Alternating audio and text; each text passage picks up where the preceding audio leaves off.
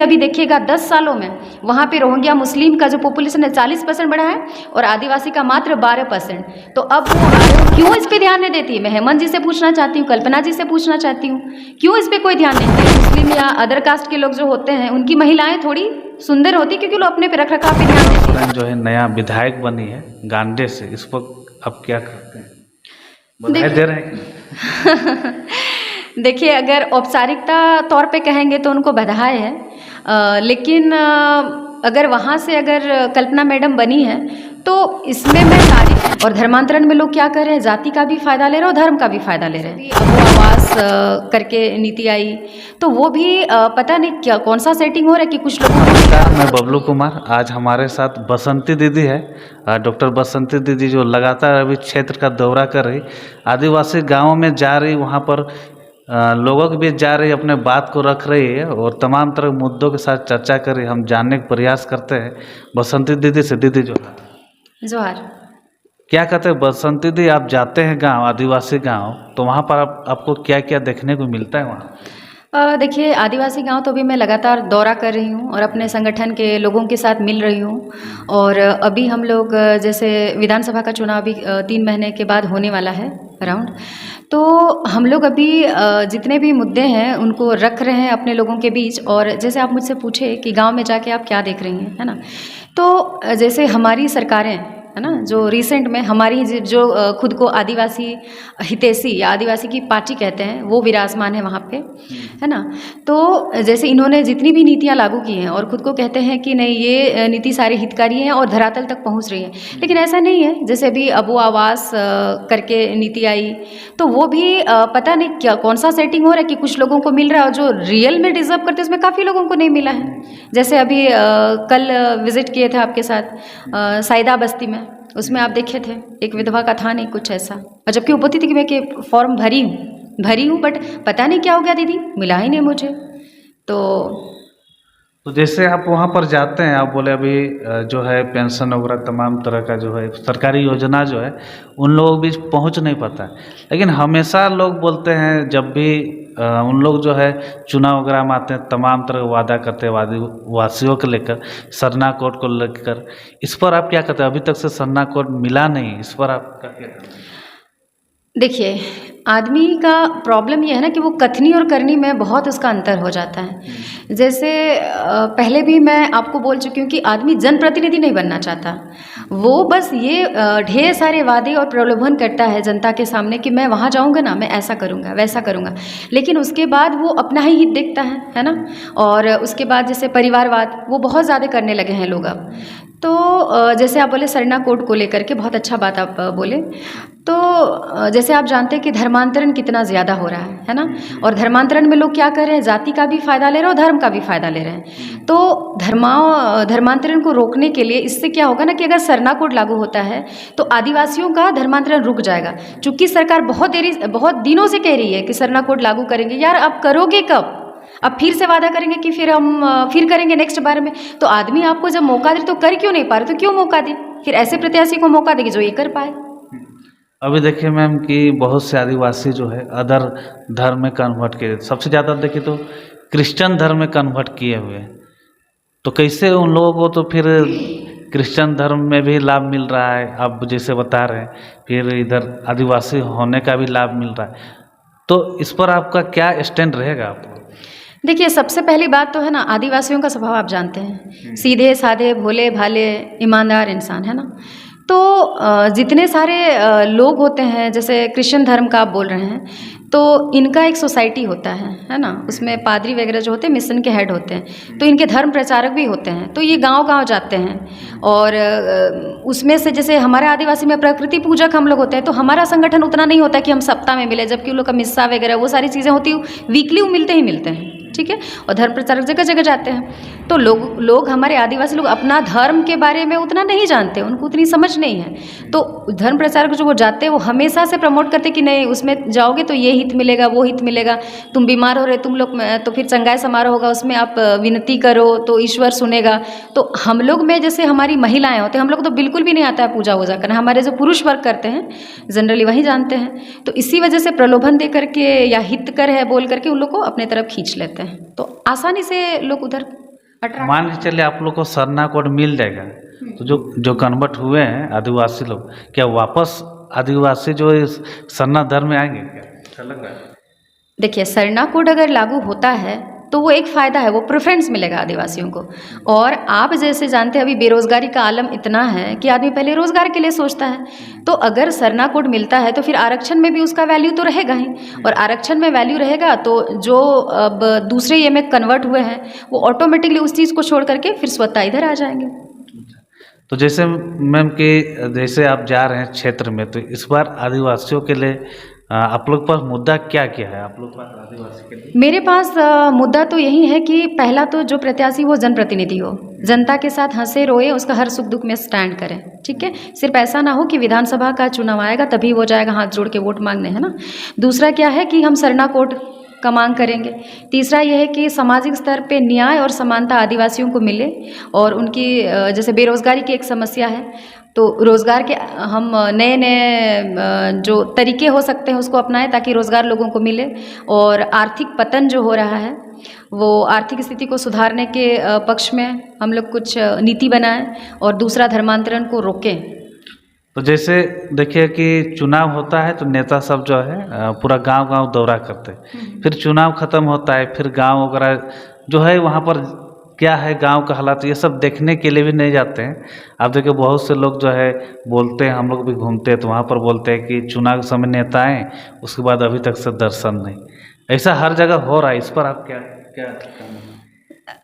देखिए, इसमें तो सही बोले, जैसे हमारे ये हैं एमपी साहब हैं चंद्र प्रकाश चौधरी जी, वो तो हमेशा से नदारद ही रहे हैं। पहले तो मैं भी उनको नहीं देखी थी, अभी चूँकि टुंडी में मेरा हॉस्पिटल है तो मॉडल स्कूल है बगल में, तो उनका वो जस्ट इनॉग्रेशन करने आए थे, तब मैं एक्सीडेंटली उनको देखी थी।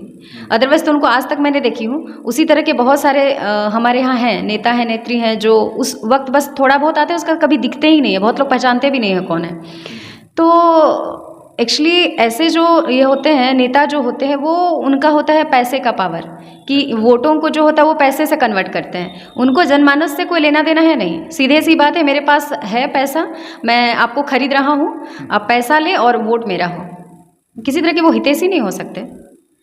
तो जैसे कि अभी देखिए आप जहाँ पर अभी हैं ललपनिया में, यहाँ टीटीपीएस है, तो यहाँ पर जैसे टीटीपीएस जो है और यहाँ आपके बगल में डैम है टेनुघाट डैम, और इस डैम में जो बनाने के लिए जो रैयत लोग अपना ज़मीन दिए, जैसे देश का मतलब विकास के लिए जो अपना ज़मीन को कुर्बान कर दिए, उन लोगों को अभी तक से जो है अभी तक से सही मुआवजा नहीं मिल पाया है। वो लगातार वो इस चीज़ को मांग करते हैं अपना मुआवजा वगैरह के लिए।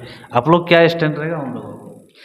देखिए, यहाँ पे फैक्ट्रीज अगर बनेंगी तो आप लोगों के लिए हितकर होगा, नौकरियाँ मिलेंगी और पीढ़ी दर पीढ़ी नौकरी आपको मिलते जाएगा, आर्थिक स्थिति आपकी सुधरेगी, बच्चों का बच्चा भविष्य दे सकते हैं। तो शुरू में तो जो नियुक्तियाँ हुई, लेकिन उसके बाद जो जितने लोग विस्थापित हुए, तो विस्थापितों के पुनर्वास के लिए भी अभी तक ढंग से कुछ हुआ नहीं है। और दूसरी बात कि अब धीरे धीरे ऐसा होने लगा कि यहाँ पे आदमी लोग सेटिंग करने लगे, है ना। अभी क्या है, बिहार यूपी से लोग पैसा दे दे के घुसने लगे, और यहाँ के जो विस्थापित लोग हैं उनका कोई ध्यान ही नहीं दे रहा है। तो हमारा ये भी एक मुद्दा रहेगा कि विस्थापितों के लिए हम कितना बेहतर कर पाएंगे, ऐसी क्या नीति हम बनाएं कि लोगों के हित में हो और विस्थापितों को उनका अधिकार मिले। तो जैसे कल्पना सोरेन जो है नया विधायक बनी है गांडे से, इस पर आप क्या करते हैं, बधाई दे रहे हैं? देखिए, अगर औपचारिकता तौर पे कहेंगे तो उनको बधाई है, लेकिन अगर वहाँ से अगर कल्पना मैडम बनी है तो इसमें मैं तारीफ़ नहीं करूँगी। इसलिए तारीफ़ नहीं करूँगी क्योंकि उनका दिया हुआ जो है वो एक परिवारवाद का ही या राजतंत्र जैसा ही हम इसको परिभाषित करूँगी मैं इसको, क्योंकि अगर वो वहाँ से जीती हैं तो उनका सच खुद का ऐसा कुछ है नहीं। ठीक है, उनको अगर वो है मिला है तो ससुर भैंसुर पति, ठीक है, उन्हीं की कृपा और लोगों के दिल में उनको लेके जो सिंपैथी है उसी बेसिस पे उनको मिली है। ठीक है, और उनसे तो मैं यही रिक्वेस्ट करूंगी कि मैडम, अगर आप आदिवासी नेत्री के तौर पे वहाँ पे हैं विराजमान है, आपका पूरा खानदान ही वहाँ पे है, तो आदिवासियों का विकास क्यों नहीं हो रहा मैम। संथाल परगना तरफ भी आप लोग ध्यान दीजिए, अभी क्या क्या मुद्दा उठ रहा है, आप लोग उधर देखिए। तो संथाल परगना में क्या क्या मुद्दा है आप ही बता दीजिए। देखिए दुखद बात ये है बबलू जी कि संथाल परगना को जैसे हम लोग दुमका को बोलते हैं ना उपराजधानी, तो दुमका में भी लगभग मैं 6 महीने लगभग मैं वहाँ रही हूँ, काम की हूँ प्राइवेट हॉस्पिटल में। सी पहाड़ी तरफ एक सिद्धू कानू करके कोई हॉस्पिटल था, कोई रक्षित फैमिली की हॉस्पिटल है वहाँ पे। तो उसी दौरान मैंने वहाँ पे काफ़ी कुछ देखा और सुना भी। उसमें धर्मांतरण मुझे बहुत लोग मिले, बहुत ज़्यादा। जैसे हमारे उरांव समुदाय जितने हैं यहाँ पे रांची में जितने कन्वर्टेड हैं, वैसे ही आदिवासी समुदाय जो है वहाँ पे कन्वर्टेड हैं। ठीक, तो जैसे आप मुद्दे का बात की है तो आपको पता होना चाहिए साहेबगंज से मात्र 15 किलोमीटर दूर है वहाँ बांग्लादेश। तो लोग वहाँ के जितने रोहिंग्या मुस्लिम हैं वो वहाँ से नदी के थ्रू, नाव के थ्रू आते हैं यहाँ पे, और यहाँ की जो आदिवासी महिलाएं हैं, लड़कियाँ हैं, उन लोगों के साथ अफेयर कर लेते हैं। ठीक है, और उसके बाद उन लोगों के साथ कोर्ट मैरिज वगैरह कर लेते हैं। और चूँकि हमारे आदिवासियों को हम लोग को देखिए, हम लोग एक्चुअली नेचुरल नॉर्मल लुक के होते हैं, मैक्सिमम हम लोग सांवले या काले होते हैं। चूँकि हम लोग अपनी खूबसूरती पे उतना ध्यान नहीं देते तो हम लोग इतने खूबसूरत भी नहीं होते। और जबकि मुस्लिम या अदर कास्ट के लोग जो होते हैं उनकी महिलाएं थोड़ी सुंदर होती, क्योंकि लोग अपने पे रख रखाव पे ध्यान देती हैं। फिर हमारी सांवली और काली बहनों में ऐसा मुस्लिम लोगों को क्या दिखता है, उधर रोहिंग्या मुस्लिम लोग आते हैं जो बांग्लादेशी, तो शारीरिक आकर्षण तो नहीं हो सकता। अगर वो है तो 2 कारण हैं, एक उनको प्रशासनिक ताकत चाहिए और दूसरा उनको चाहिए ज़मीन बसने के लिए।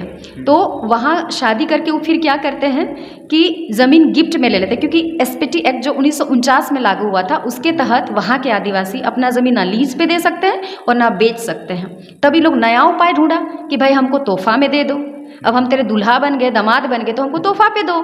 अब फिर वो क्या करेगा कि इसी तरह से एकड़ों ज़मीन ले करके वहाँ पे बस रहा है और जमाई टोला के नाम से फेमस हो रहा है। तो इस तरफ क्यों ध्यान कोई नहीं दे रहा है? और धीरे धीरे अभी देखिएगा 10 सालों में वहाँ पे रोहिंग्या मुस्लिम का जो पॉपुलेशन है 40% बढ़ा है और आदिवासी का मात्र 12%। तो अब वो वहाँ पे जो हम लोग संथाल परगना बोल रहे हैं यही स्थिति रही और ट्राइबल की जनसंख्या घटती रही, तो वो दिन दूर नहीं है जब वहाँ पे आपको मुसला परगना हो जाएगा, संथाल परगना रहेगा नहीं। और डेमोग्राफी भी तो चेंज हो रही है, फिर उसके तरह से आदिवासी के वजूद पे एक क्वेश्चन मार्क्स हो जाएगा। तो इस तरह हमारी जब सो कॉल्ड आदिवासी सरकार है वो क्यों इस पे ध्यान नहीं देती है? मैं हेमंत जी से पूछना चाहती हूँ, कल्पना जी से पूछना चाहती हूँ, क्यों इस पे कोई ध्यान नहीं दे रहा है? तो ये अगर ये तो नेशनल सिक्योरिटी की भाई बात आ गई ना बबलू जी, क्योंकि अगर बांग्लादेशी आ रहे हैं तो फिर नेशनल सिक्योरिटी का इशू क्यों नहीं है? केंद्रीय सरकार से भी गुहार करूंगी कि इस पे ध्यान दिया जाए, हमें वहाँ के संथाल परगने के लोगों के लिए सोचा जाए, बचाया जाए ट्राइबल के अस्तित्व को। तो वहाँ पर देखिए संथाल परगना जो है, देखिए तो एक तरफ से जेएमएम का गढ़ माना जाता है उस एरिया पे, फिर भी जेएमएम का सरकार होने के बावजूद भी इसके लिए कुछ नियम वगैरह क्या क्या मांग करते हैं? इसके लिए कुछ नियम वगैरह बनना चाहिए। कैसे नहीं बनना चाहिए? जैसे मैं आपको बोली कि वहाँ पे रिजर्वेशन है ना, रिजर्व सीट है, आप जानते हैं। हाँ बबलू जी, मैं एक टॉपिक और भूल गई। जैसे मैं बोली कि एक तो मैं ज़मीन का आपको बताई, प्रशासनिक पावर आप मैक्सिमम, मेरे पास ऐसे बहुत आंकड़े हैं, आप लोग खुद भी देख सकते हैं आंकड़ा, कि वहाँ पे फिर चूँकि रिजर्व्ड है तो महिला या पुरुष आदिवासी ही खड़े होंगे। अब जो बांग्लादेशी रोहिंग्या मुस्लिम शादी किया है आदिवासी महिला से, आप देखिए हर जगह बरहेट में ही देखिए 3-4 पंचायत में वही है, मियाँ की ही बीवी है, मतलब ना। तो उनको प्रशासनिक अप्रोच मिला, भर वो तो कठपुतली पर है, वो संथाल लड़की जो है वहाँ पे वो कठपुतली है, पीछे से तो मियाँ जी का दिमाग चल रहा है। उसी तरह से आप ज़िला लेवल पे भी देखेंगे यही हाल है। तो मैं यही पूछना चाहती हूँ कि क्या आप उस रोहिंग्या मुस्लिम लोगों का जो फर्जी वोट बना करके वहाँ है, तो जेएमएम का क्या ये स्वार्थ है कि हमको मुस्लिम वोटर्स भी वहाँ से चाहिए? तो इसलिए तो धीरे धीरे तो फिर रिजर्वेशन तो वहाँ तो हट ही जाएगा ना। पॉपुलेशन पे, डेमोग्राफी पे हम कहीं तय करते हैं कौन सा एरिया को हम रिजर्व घोषित करें, कौन सा को जनरल घोषित करें। तो आप कभी वहाँ गए? पाकुड़ में भी हमको जॉब मिली थी, निकला था वहाँ डिस्ट्रिक्ट मिनरल ये के तहत कुछ हुआ था, तो उसमें मेरा सिलेक्शन हुआ था।